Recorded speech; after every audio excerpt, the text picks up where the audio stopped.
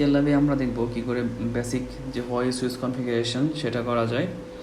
আমাদের basic configuration বলতে আমরা যেটা বোঝাচ্ছি, হোস্ট নেম কীভাবে চেঞ্জ করে, সুইচে কীভাবে হচ্ছে আইপি অ্যাসাইন করে বা ডিফল্ট রাউট দিয়ে দেয়। এই তিনটা অপশন আমরা আজকে চেক করে দেখব Huawei সুইচে। সো আমরা আমাদের সুইচ ল্যাবটা রিস্টার্ট দিয়েছি, একটু ওয়েট করতে হবে আমাদের সুইচটা রেডি হতে। সো বুট হয়ে গেলে আমরা কাজটা শুরু করে দেব।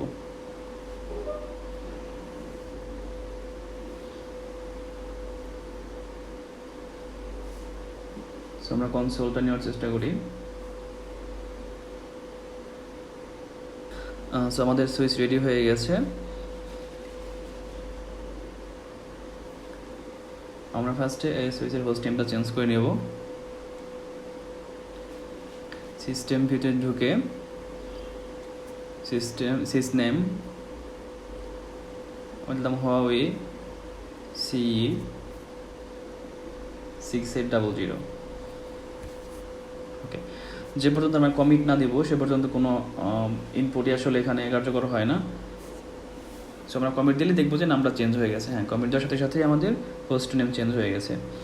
এখন যেটা আমাদের করতে হবে, আমরা ইন্টারফেস VLAN 1-এ নেটিভ VLAN-এর উপরে হচ্ছে একটা আইপি বসাবো। এটা হচ্ছে ইনিশিয়াল কনফিগারেশন, কিছুই নাই, সবগুলো পোর্ট শাটডাউন করা। সো আমরা এখন যাব ইন্টারফেস VLAN 1-এ। ইন্টারফেস VLAN 1-এ যে আমরা একটা আইপি বসাবো।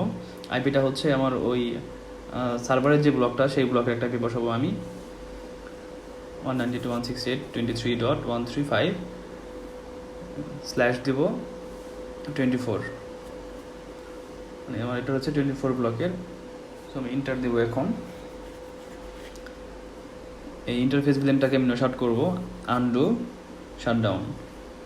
সিসকোতে আমরা ইউজ করি নো শাটডাউন, আর এখানে আনডু শাটডাউন, এখানে সব কিছুই আনডু। আমাদের এখানে একটা রাউট দিতে হবে, আইপি রাউট। কমান্ডটা হচ্ছে IP route static then destination IP. So আমরা দেবো ডিফল্ট রাউট দিব, সো সব 00।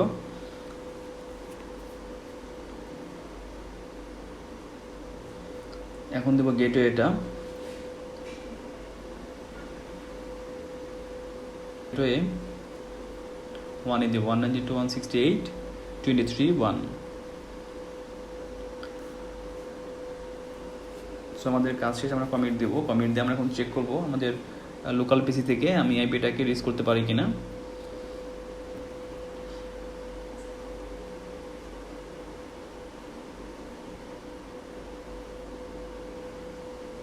হ্যাঁ, আমি রিচ করতে পারছি, তার মানে আমার পয়েন্ট টু পয়েন্ট এখন আমার এই ডিভাইসটা রিচেবল আছে আমার লোকাল হোস্ট থেকে।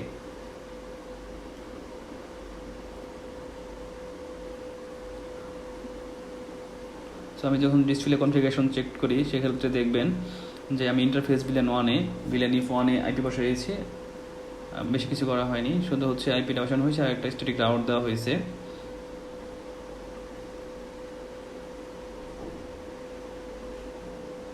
আবার দেখাচ্ছি ইন্টারফেস VLAN 1। আপনারা চাইলে অন্য VLAN-এও আপনারা আইপিটা অ্যাসাইন করতে পারেন। সো এরকমভাবে অ্যাসাইন করে আপনার ডিফল্ট রাউট দিয়ে আপনার ডিভাইসটাকে রিচেবল করতে পারবেন।